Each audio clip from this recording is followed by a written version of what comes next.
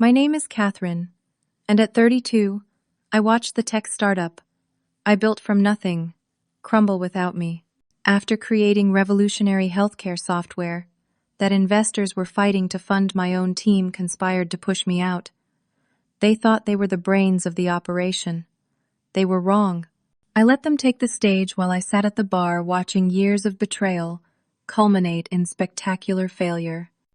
Before I dive into how I watched my backstabbing team crash and burn while I walked away with what mattered most, drop a comment letting me know if you have ever been betrayed at work. And if you are new here, subscribe for more stories about winning after being written off. I graduated from MIT with honors in computer science and machine learning.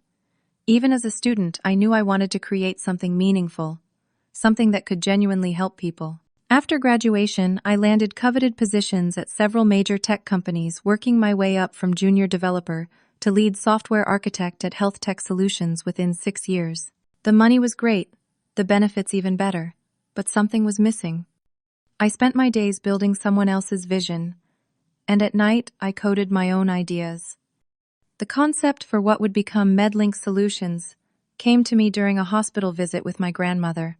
I watched overworked nurses struggling with clunky software medical records that would not transfer between departments and patients, waiting hours for information that should have been instantly accessible. As my grandmother dozed in her hospital bed, I sketched out the initial framework for an integrated healthcare management system that would revolutionize patient care. My software would create a seamless experience connecting patients, providers, and medical facilities. It would enable real-time access to medical records, streamline appointment scheduling, simplify billing, and use machine learning to identify potential health issues before they became serious. Most importantly, it would be intuitive and user-friendly, unlike the archaic systems plaguing healthcare professionals. For 6 months, I coded every night after work until 2 or 3 in the morning. When I finally had a working prototype, I knew this was it. This was my chance to make a real difference. I quit my 6-figure job, cashed out my savings, and took the leap into entrepreneurship. Starting a company alone is terrifying, so my first priority was building a team of people who shared my vision. Jessica was my first hire, a brilliant marketing specialist I had met at a tech conference.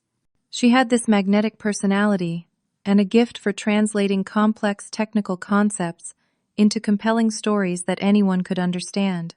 She believed in MedLink immediately and agreed to join for a reduced salary and equity stake. Next came Ryan, a financial expert with experience in healthcare startups. He had a keen analytical mind and promised to help us navigate the complex world of fundraising and financial management. His confidence was reassuring as he explained how we would structure our funding rounds and eventually scale to market. David completed our core team, bringing operations expertise from his years managing healthcare facilities. He understood the problems from the provider side and could ensure our product truly addressed their pain points. His practical knowledge complemented my technical vision perfectly. Those early days were magical. We worked out of my apartment, crowded around my dining table with laptops and endless cups of coffee. We would work late into the night ordering takeout and excitedly discussing the future of MedLink. Despite the stress and uncertainty, there was this incredible energy. We were not just colleagues, but comrades in arms, united by a shared purpose. Our big break came 3 months in, when we secured seed funding from Bright Future Ventures. We had pitched to 17 different investors before finding someone who truly understood our vision. With $500,000 in initial funding, we could finally afford a small office space and begin expanding our team of developers. I remember the day we moved into our first real office. It was nothing fancy, just 800 square feet in a converted warehouse with exposed brick walls and questionable heating. But it was ours. We bought desks from a liquidation sale, set up a makeshift server room, and hung a whiteboard where I would sketch out new features and workflows. Jessica bought a cheap coffee machine and a plant she named Herbert, our first office mascot. That tiny space represented everything we were building toward. The prototype evolved rapidly. Every week we added new functionality, refined the user interface, and fixed bugs. We recruited 3 more developers who worked tirelessly alongside me to build out the core platform. When we demonstrated the system to a local clinic for the first test run, the head nurse actually hugged me. She said our software would save her staff hours of paperwork every day. That validation meant everything. For those first 18 months, MedLink was my entire life. I rarely slept more than 5 hours a night. I missed family gatherings, canceled plans with friends, and let my apartment become a glorified storage unit since I was barely there. The company became my identity, and my team became my family. Looking back, the warning signs were there from the start, but I was too caught up in the dream to notice them. Like the time Ryan questioned my decision to prioritize user experience over adding premium features that could generate more revenue, or when Jessica began introducing herself as the co-founder rather than marketing director during networking events. Small things that seemed insignificant in isolation, but were actually the first cracks in our foundation. As we approached our first $1 million in funding, it became clear we needed someone with experience scaling startups to help guide us through the next phase. That is when Marcus entered the picture. With 3 successful exits on his resume and connections throughout Silicon Valley, he seemed like the perfect advisor. He took an immediate interest in MedLink, offering to join as a mentor and business development consultant in exchange for equity. We welcomed him enthusiastically, believing his expertise would help us avoid the pitfalls that doom so many promising startups. None of us, least of all, me, realized that bringing Marcus aboard would be the beginning of the end of MedLink, as I had envisioned it. His arrival subtly shifted the power dynamics in ways I would not fully comprehend until it was almost too late. With our seed funding secured and Marcus providing guidance, MedLink grew rapidly. Within 6 months, we moved to a proper office in a gleaming downtown building and expanded to 15 employees. Our software was in beta testing at 3 medical facilities, and the feedback was overwhelmingly positive. Investors were taking notice, with several venture capital firms expressing interest in our Series A round. While the company was flourishing on paper, subtle changes in team dynamics were beginning to trouble me. As the technical founder, I remained deeply involved in product development. I still coded alongside the development team and personally oversaw every new feature implementation. This meant long hours in the development zone, often with my headphones on, lost in the world of algorithms and user interfaces. During this time, Jessica, Ryan, and David, along with our new mentor Marcus, increasingly handled the business aspects. At first, this division of labor seemed efficient. They attended networking events, met with potential investors, and handled operational issues, while I ensured our product remained cutting edge. But gradually, I noticed I was being excluded from important meetings. "We did not want to interrupt your coding session," Jessica would explain when I discovered they had met with a major investor without me. "It was just a preliminary discussion about organizational structure," Ryan would say when I found email threads I had not been copied on. One Tuesday morning, I arrived at the office to find the conference room door closed and voices inside. Peering through the glass, I saw our entire leadership team hunched over presentations I had never seen. When I knocked and entered the conversation, abruptly halted. "Katherine, we were just discussing some marketing strategies," Marcus explained smoothly. "Nothing you need to worry about, just boring business stuff. How is the new patient portal coming along?" I felt a gnawing unease, but dismissed it as paranoia. These people were my partners, my friends. We had built this company together from nothing. Surely they were just trying to protect my time so I could focus on what I did best. Yet the pattern continued. In executive meetings, Marcus began subtly undermining my authority. When I proposed a development roadmap that prioritized enhancing our core functionality before adding enterprise features, he would interject. "Katherine has excellent technical insight, but from a business perspective, we need to consider what will attract the bigger clients," he would say, with a sympathetic smile in my direction. "Perhaps we should table this decision until we have more market data." Jessica, once my most enthusiastic supporter, began positioning herself as the face of MedLink to investors and industry partners. She started giving interviews to tech publications, where she discussed our company vision, as if it were her own. In one article, I was briefly mentioned as the technical co-founder, while Jessica was described as the driving force behind MedLink's innovative approach to healthcare management. When I confronted her about it, she seemed genuinely surprised by my concern. "I thought you hated publicity and media stuff," she said. "I was trying to take that burden off your shoulders. You know I always credit your genius when speaking to investors." Ryan, meanwhile, became increasingly protective of financial information. When I asked to review our burn rate and funding allocation, he provided only summary reports rather than detailed breakdowns. "These projections include some complex financial models that would just distract you from development," he explained. "Trust me, we are in great shape, and I am handling all the financial details exactly as we discussed." Except we had not discussed them. Not in detail, and certainly not recently. Even David, who had always been my strongest ally, became distant. He spent more time in closed-door meetings with Marcus, and less time consulting with me about product features for healthcare providers. When we did speak, he seemed uncomfortable avoiding eye contact and quickly changing the subject when I asked about his recent meetings. As my unease grew, I tried to reassert my position as founder and CEO. I called for more regular all-hands meetings and insisted on being included in all investor communications. My attempts were met with patronizing reassurances. "You seem stressed," Katherine Marcus observed during one tense meeting. "Perhaps you are taking on too much. A good leader knows when to delegate." "We are only trying to free you up to do what you do best," Jessica added. "The technical work is your superpower. Let us handle the business side." Their words sounded reasonable, but something felt deeply wrong. I began second-guessing myself. Was I being paranoid? Was I truly not cut out for the business aspects of running a startup? Was I the problem? Late one evening, I returned to the office to grab my laptop charger that I had forgotten. The office was supposed to be empty, but light spilled from beneath the conference room door. Approaching quietly, I heard familiar voices. Marcus, Jessica, Ryan, and David were all there, along with two people I did not recognize. "Katherine is brilliant technically, but she is becoming a roadblock to scaling," Marcus was saying. "Investors are concerned about her inexperience as a CEO.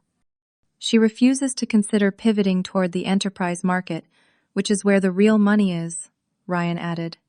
"Her vision is too idealistic. We need someone with business acumen in the CEO role if we want to secure serious funding," said a voice I did not recognize. "The question is how to transition her to CTO without creating chaos. She created the core technology, but the company has evolved beyond her initial vision," Jessica said, her voice carrying a note of false sadness. "Sometimes founders need to step aside for the good of the company." I stood frozen outside the door, my heart pounding in my ears. The people I had trusted, who I thought shared my dream, were plotting to push me out of my own company. In that moment, everything changed. The betrayal cut deep, but it also brought clarity. I quietly retreated, careful not to reveal my presence, with the painful knowledge that my team was no longer on my side. The next morning, I walked into the office with a knot in my stomach and a carefully composed expression.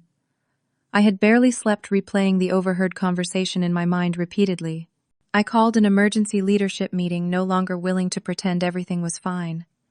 When everyone gathered in the conference room, I locked the door and stood at the head of the table. "I want to talk about the secret meetings you have been having without me," I said calmly, watching their faces for reactions.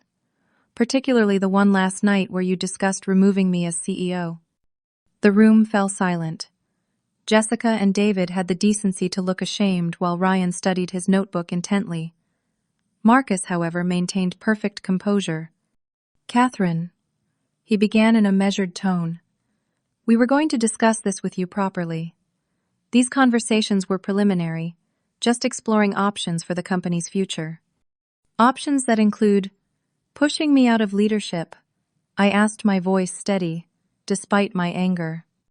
"Not pushing you out," Jessica quickly interjected, "realigning roles to better suit everyone's strengths. You are a brilliant developer, Katherine.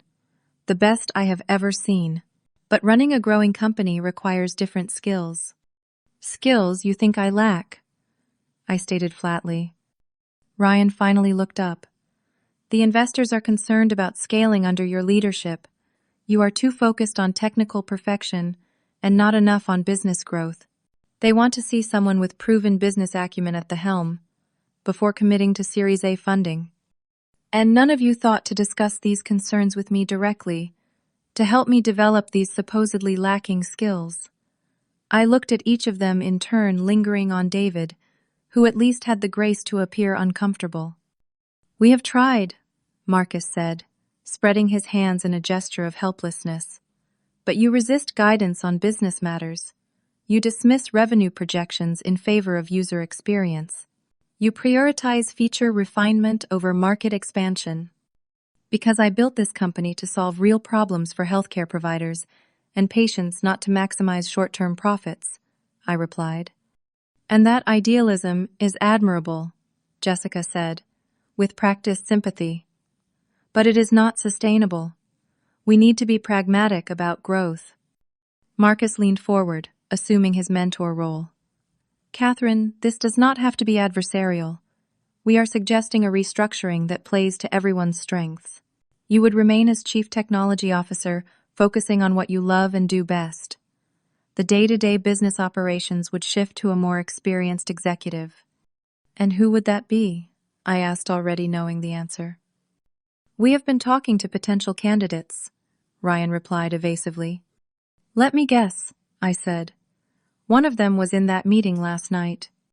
Their silence confirmed my suspicion. I created this company. I wrote the initial code. I brought all of you on because I believed in your abilities and thought you shared my vision. We do share your vision. David finally spoke, his voice quiet. We just disagree on how to achieve it. Ryan then produced a folder and slid it across the table to me. This is a proposed restructuring plan. It would make you CTO with a significant equity stake and a seat on the board. Your technical contributions would still be central to the company's success. I opened the folder to find a detailed proposal that would effectively remove me from any business decision-making while reducing my equity from 51% to 22%. The new CEO would have 30% equity, with the rest distributed among the leadership team and investors. You have got to be kidding me, I said, closing the folder. This is a coup, plain and simple. Katherine, Jessica said, her voice taking on the practiced concern she used with difficult clients. We are worried about you. You have been working 80-hour weeks for 2 years. You have sacrificed your personal life for this company. This restructuring would give you better work-life balance while ensuring MedLink's success. Do not pretend this is about my well-being, I snapped. This is about control and money. This is about what is best for the company you built, Marcus insisted. Sometimes founders need to recognize when it is time to bring in different leadership for different stages of growth. I looked around the table at these people who had been my trusted team, my startup family. Now they sat across from me as adversaries united in the belief that I was the problem that needed to be solved. The betrayal was complete and devastating. I need time to consider this, I said finally, gathering my things and standing up.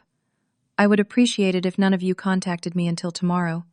I need to think clearly without your input. As I walked out, I heard Marcus murmur to the others. She will come around. She is emotional now, but she will see. This is the logical next step.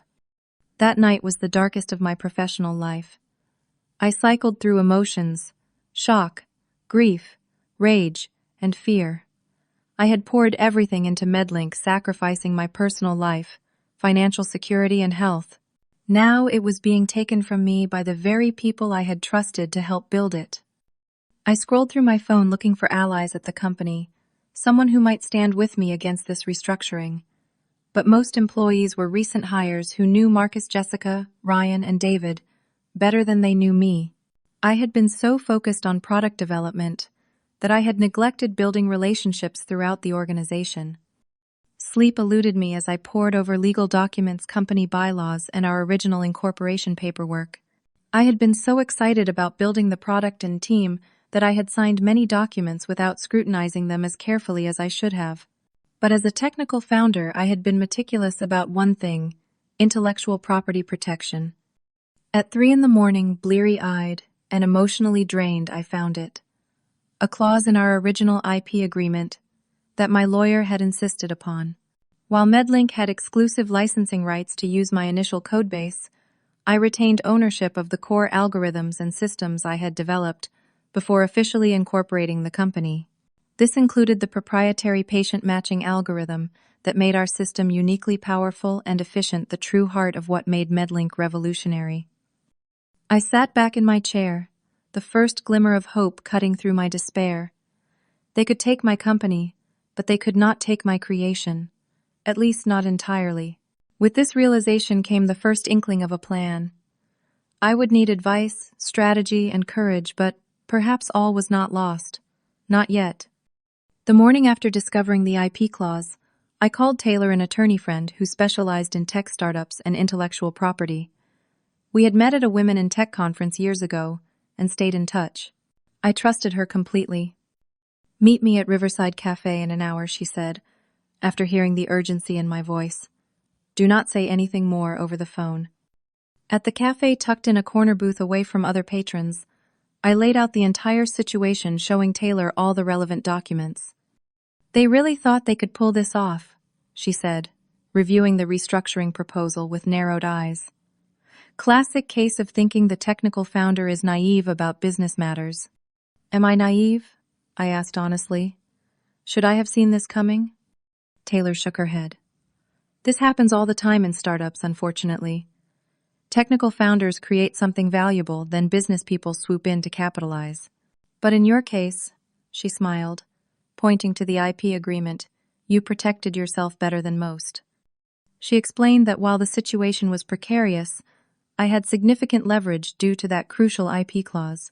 The patient matching algorithm, the machine learning models I had developed before incorporating MedLink, remained my personal intellectual property, with the company merely having a licensing agreement. So what do I do? Fight them openly. I am outnumbered on the leadership team. Fighting openly would be messy and could tank the company's value, Taylor advised. I recommend a more strategic approach. Make them think they have won while you prepare your exit on your terms. Over the next 2 hours, we developed a plan. Rather than engaging in a public power struggle, I would appear to reluctantly accept a diminished role, buying time to secure my position and intellectual property. That afternoon, I returned to the office and requested a meeting with the leadership team. Their relief was palpable when I told them I was willing to discuss the restructuring.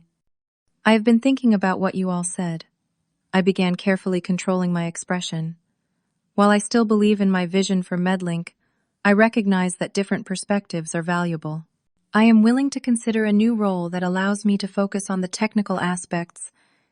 The tension in the room immediately dissipated. Marcus gave me an approving nod, as if I were a student who had finally grasped a difficult lesson. "That is very mature of you, Katherine," he said.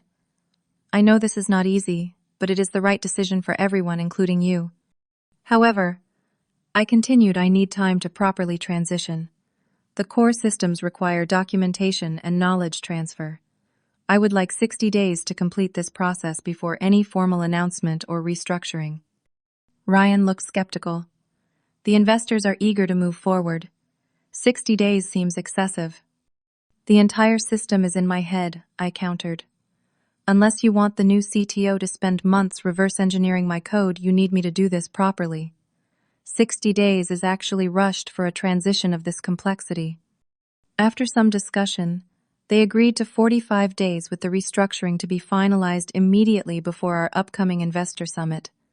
They likely thought I was negotiating for pride or a slightly better severance package. They had no idea what I was really planning. Over the next 6 weeks, I executed a careful strategy. During the day, I worked diligently at the office, documenting systems and appearing to cooperate with the transition. I had one-on-one meetings with each developer, ensuring they understood the codebase while subtly noting who seemed loyal to me versus the new regime. At night, I worked from home on more clandestine preparations. First, I meticulously documented all my contributions to the company, saving emails, development logs, and meeting notes that demonstrated my role as the primary creator and visionary. I backed up critical code components to secure personal repositories, particularly focusing on the proprietary algorithms that fell under my retained IP rights. I also began exploring my options for the future. Through Taylor's connections, I discreetly met with several investors who had previously expressed interest in MedLink. Without revealing the internal power struggle, I discussed hypothetical new ventures in healthcare technology, gauging interest, and building relationships that might prove valuable later. The most difficult part was maintaining a convincing facade at work. I had to appear cooperative yet slightly defeated, as if I had accepted my diminished role while still caring about the company's success. Every day I sat in meetings with people who had betrayed me, nodding and contributing while silently advancing my exit strategy. 2 weeks before the investor summit, I had dinner with Alicia, a talented developer I had hired, who had become something of a mentee.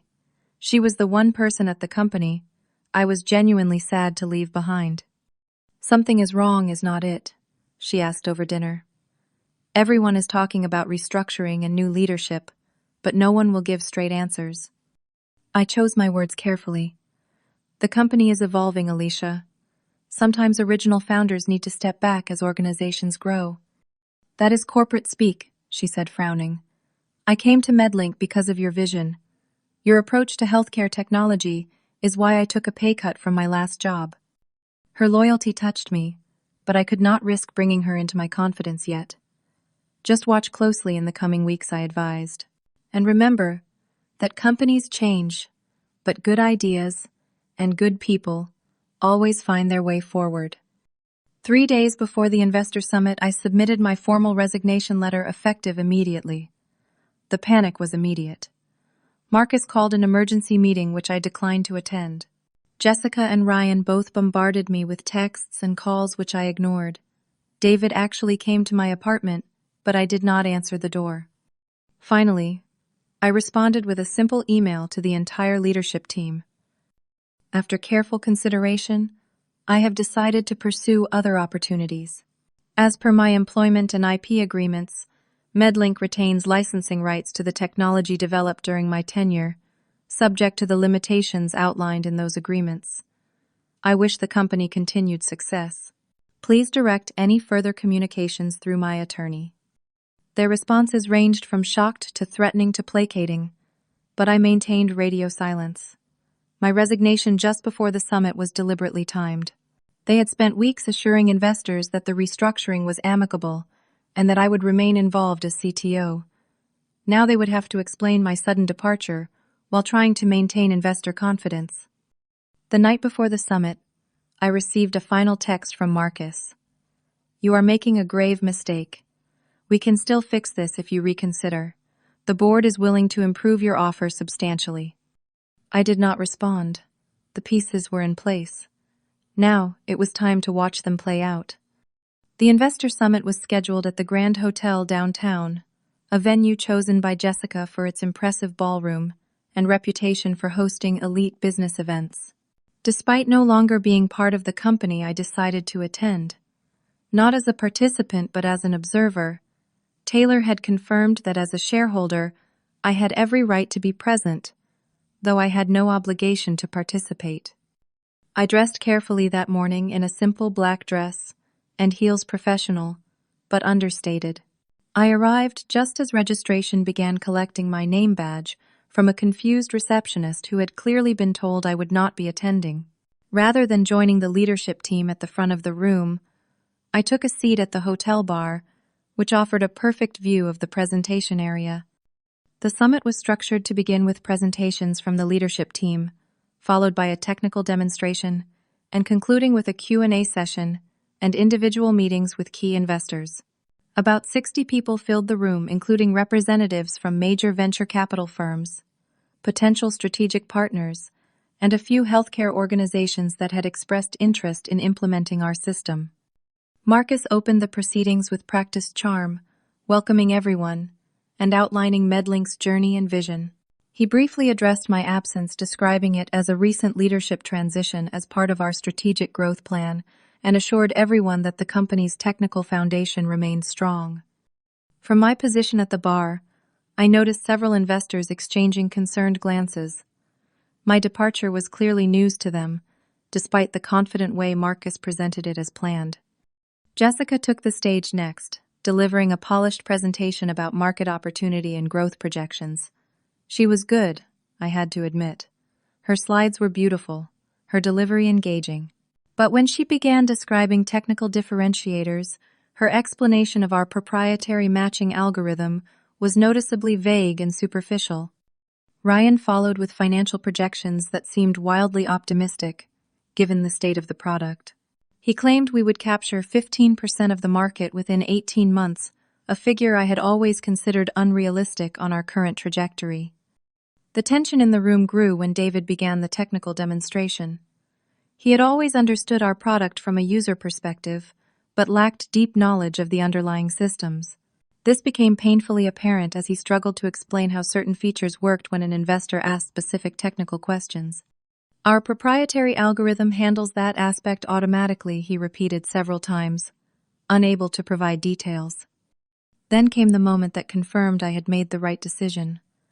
Alicia, who had been asked to support the technical presentation, approached me at the bar during a short break. "This is a disaster," she whispered. "They keep promising features we have not even finished developing, and they cannot answer basic questions about system architecture." "You do not need to whisper," I said calmly. "I do not work there anymore." She looked conflicted, then straightened her shoulders, and said with misplaced confidence, "We have got it from here. The team will figure it out." Then she returned to the presentation area, where Marcus was fielding increasingly pointed questions from investors. I ordered another sparkling water and watched as the carefully orchestrated event began to unravel. The lead investor, Jonathan Reeves from Horizon Ventures, was particularly persistent, asking detailed questions about intellectual property protection and the status of the core technology now that the original founder had departed. Marcus attempted to reassure him.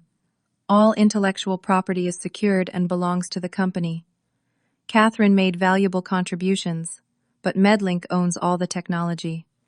I smiled slightly at this overstatement, knowing that my IP agreement said otherwise. The demonstration portion went from bad to worse. When they attempted to show the patient matching system, it failed to perform as advertised.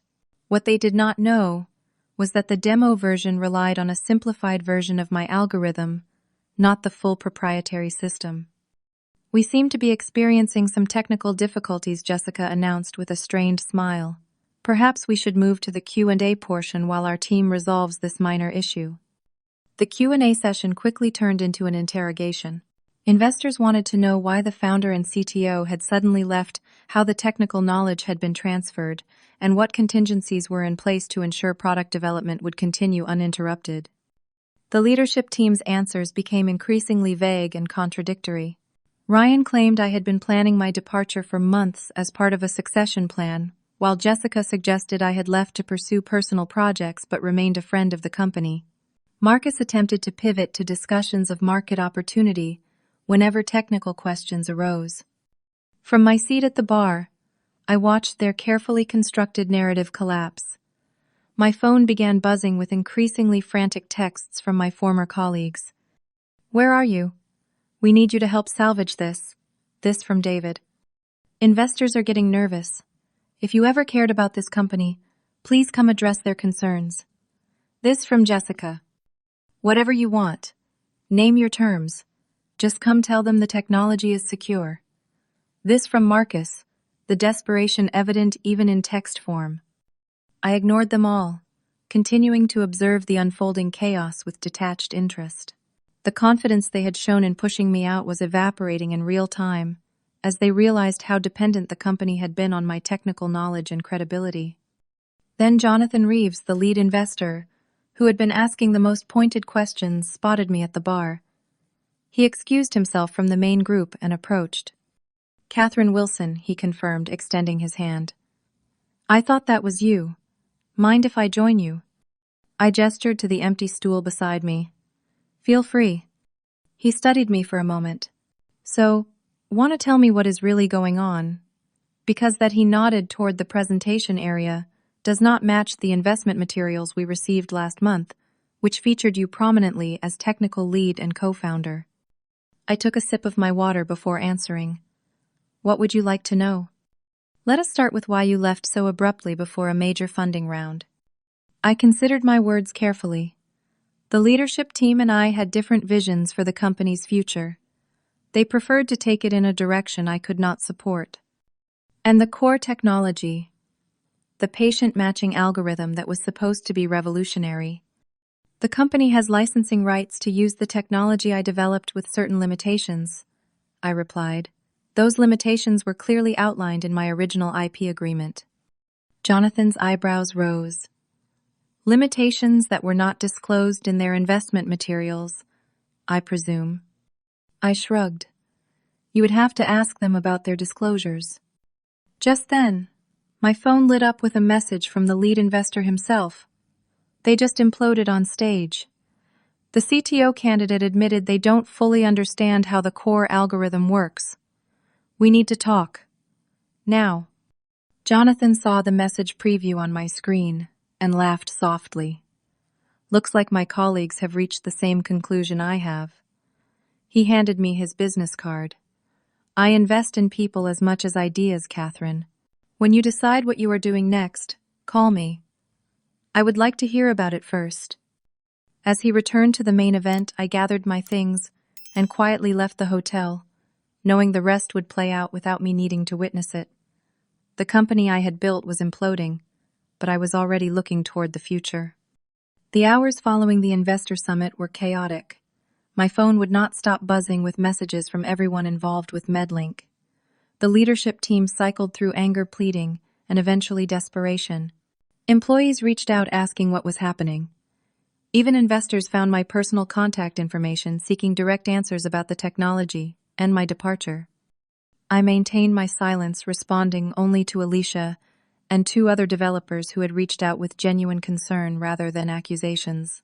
To them, I sent brief reassurances that I was fine and would be in touch when the dust settled. Taylor called that evening with an update.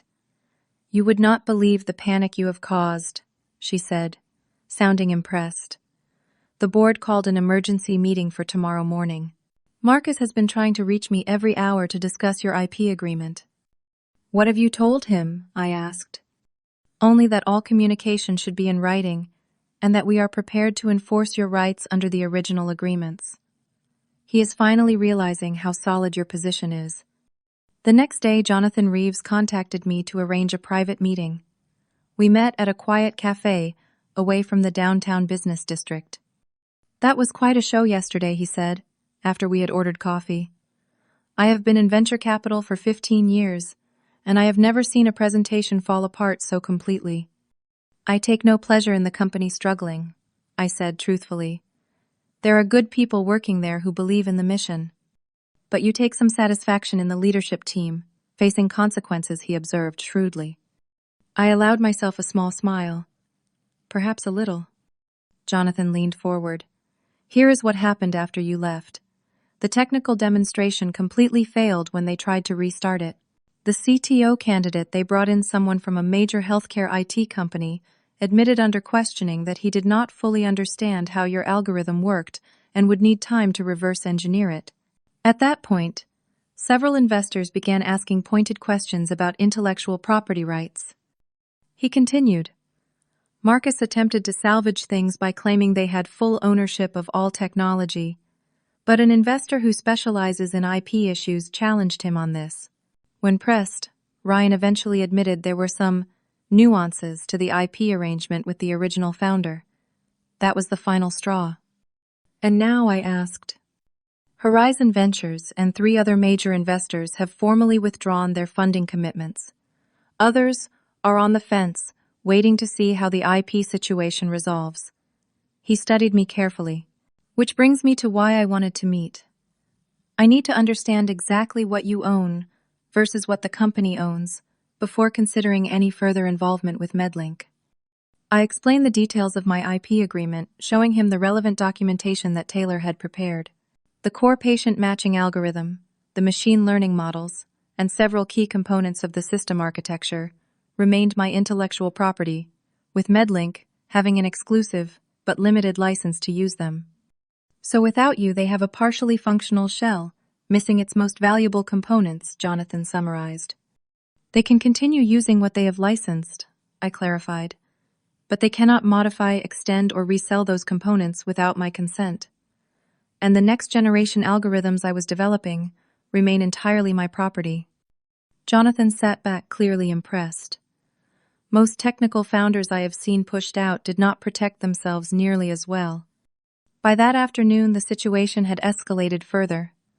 I received an email from MedLink's board chairman requesting an urgent meeting to discuss mutually beneficial solutions to the current situation. Taylor attended with me as a precaution. The board meeting was tense. Marcus, Jessica, Ryan, and David sat on one side of the table, while the board members occupied the other with the chairman at the head.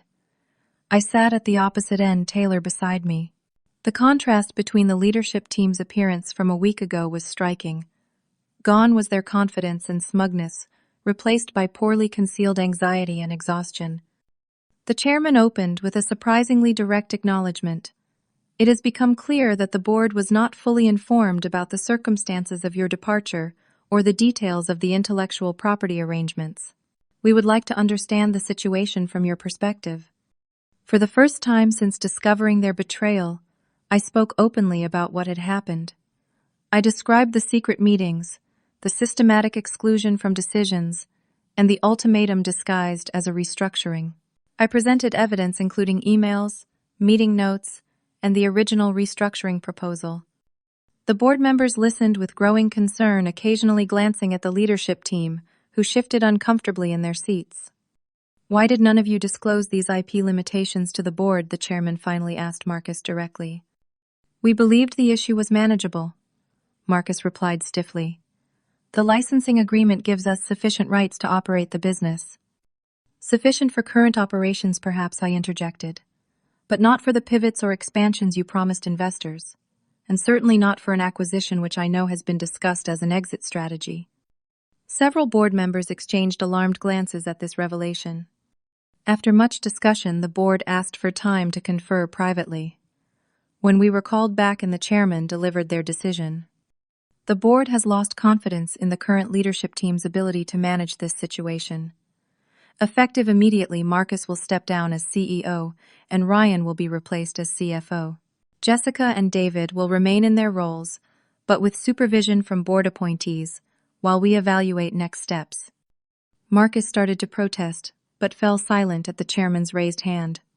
"Katherine," the chairman continued, turning to me, "the board would like to discuss your potential return to the company in a leadership capacity, with full acknowledgement of your foundational role and intellectual property rights. Would you be open to such discussions?" The question hung in the air. A month ago, this offer would have been everything I wanted. Now I was not so sure. "I appreciate the offer," I said carefully, "but I would need time to consider whether rejoining MedLink aligns with my current goals." As we left the meeting, I felt a strange mix of vindication and sadness. The company I had built was in turmoil, but the truth had finally come to light. Marcus, once so confident in his coup, had lost everything. Ryan would likely never work as a CFO in the tech industry again, once word spread of his misrepresentations to investors.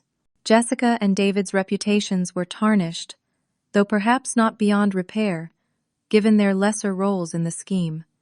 Over the following weeks, MedLink's valuation plummeted as news of the leadership crisis and IP complications spread throughout the industry.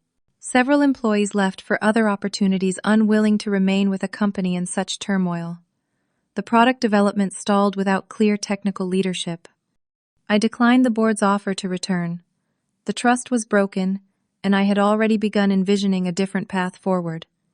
MedLink had been my first creation, but it would not be my last. As painful as the experience had been, I had emerged with my most valuable assets intact: my intellectual property, my reputation, and the hard-won wisdom that would guide my next venture. The first month after leaving MedLink was dedicated entirely to healing. The betrayal had left deeper wounds than I initially realized. I took time off from coding, reconnected with friends I had neglected during my startup obsession, and even visited family for 2 weeks, something I had not done since founding the company. During long walks along the beach near my parents' home, I processed the anger, hurt, and disappointment. I questioned my judgment in choosing partners and reflected on the warning signs I had missed. But I also acknowledged my strengths, the technical brilliance that had created something valuable enough that others had schemed to take it from me. By the second month, ideas for a new venture began taking shape.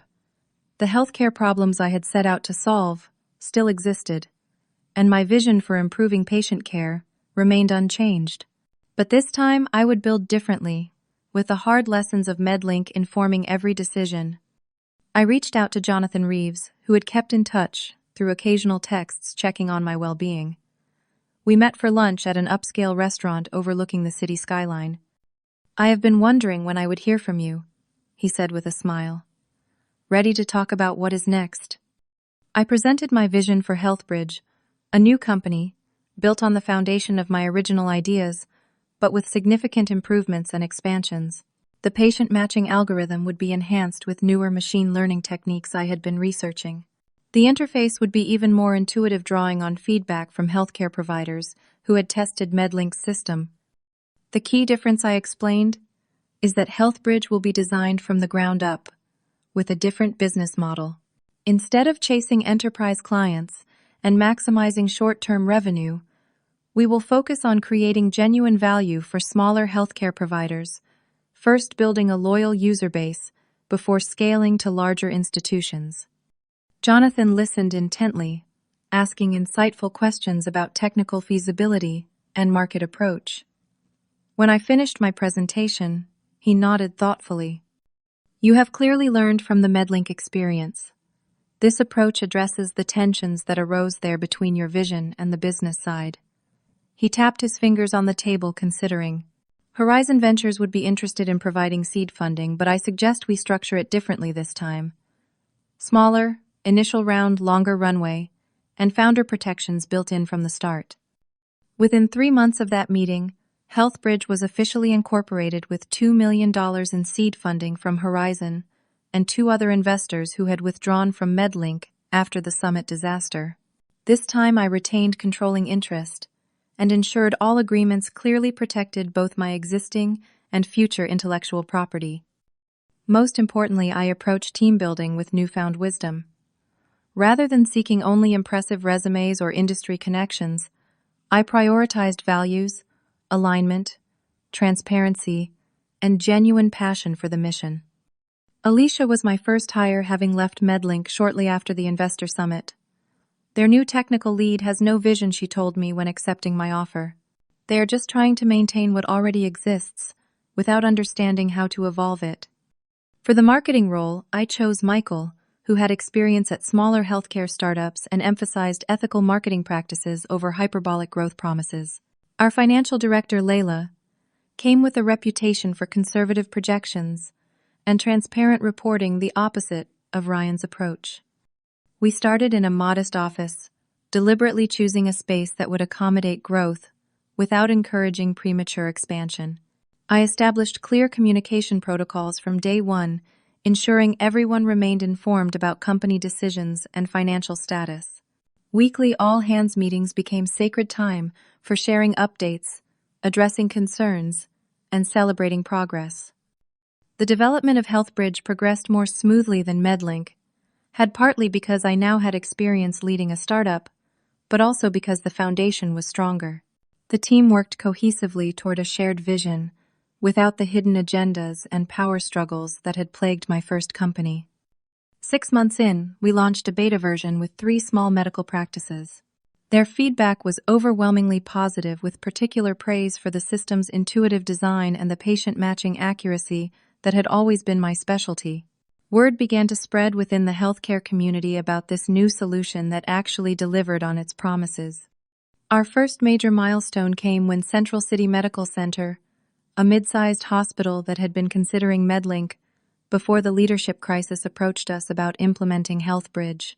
After a successful pilot program, They signed a 3-year contract that instantly made us cash flow positive, a rare achievement for a startup less than a year old. Around this time, I ran into Jessica at a healthcare technology conference. She looked momentarily startled to see me, then composed herself and approached. "Katherine, I heard you started something new. Congratulations." "Thank you," I replied neutrally. "How are things at MedLink?" She hesitated, challenging. "We have stabilized somewhat, but development has stalled. The new technical team cannot seem to extend the platform without your original architecture." She paused, then added quietly, "We should have handled things differently. I should have handled things differently." It was the closest thing to an apology I expected to receive. "Yes, you should have. But it led me here, so, in an odd way, I should thank you." Jessica's expression flickered between surprise and something like regret. "Your new company is gaining attention. Several of our potential clients have mentioned it." I simply nodded, neither confirming nor denying her implied question about competition. We parted with professional courtesy, but the encounter reinforced how completely our paths had diverged. By our first anniversary, HealthBridge had deployed our system in 12 healthcare facilities and had a waiting list of interested clients. Our team had grown to 22 people, each carefully selected not just for their skills but for their alignment with our values of transparency, collaboration, and patient-centered innovation. The contrast with MedLink was striking. While my former company continued to struggle with leadership turnover and stalled development, HealthBridge thrived by staying true to the original vision while implementing the business lessons I had learned through hardship. One morning, Jonathan Reeves called with interesting news. MedLink is looking for acquirers. Their board has decided to sell rather than continue trying to rebuild. "Any serious interest?" I asked, surprised at my lack of emotional response to what would have once been devastating news. "Some lowball offers from competitors wanting their client list, but nothing substantial. Without the ability to extend or significantly modify your core algorithms, their technology has limited value." He paused. "There is an irony here. Had they treated you as a valued founder, rather than an obstacle, MedLink might now be where HealthBridge is heading." That conversation prompted reflection on how dramatically my life had changed in the span of 18 months. From the depths of betrayal and professional crisis, I had rebuilt not just a new company, but a healthier approach to entrepreneurship and leadership. HealthBridge was not just financially successful, but emotionally sustainable. I still worked long hours when needed, but also maintained boundaries that allowed for personal relationships and self-care. Our office culture reflected this balance with flexible schedules and a focus on results rather than face time. The ultimate validation came when the American Medical Association featured HealthBridge in their journal as an example of technology that genuinely improved healthcare delivery rather than adding administrative burden. The article specifically credited our patient-centered design philosophy and the accuracy of our matching algorithm, the very things I had refused to compromise on at MedLink. In a quiet moment of reflection on the second anniversary of my departure from MedLink, I realized that the betrayal that had seemed so devastating had actually been my salvation. Had I remained in that toxic environment, my vision would have been corrupted, my passion diminished, and my creation twisted into something I no longer recognized. Instead, I had preserved what mattered most, the intellectual property that represented years of innovation, and used it to build something better. The painful lesson in business politics had made me not just a better entrepreneur, but a more discerning leader and partner. For anyone who has faced betrayal in their professional life, know this. What seems like an ending can become the foundation of something far greater than what was lost. The skills, ideas, and passion that make you valuable cannot be taken unless you surrender them. Sometimes losing what you built opens the door to building what you were truly meant to create all along. Have you ever had to walk away from something you created to preserve your vision or values? Share your experience in the comments below. And if this story resonated with you, please like, subscribe, and share it with someone who might need to hear that sometimes the greatest success comes after what feels like failure. Thank you for joining me on this journey, and remember that your greatest asset is not what you build, but the vision and values that drive you to build it in the first place.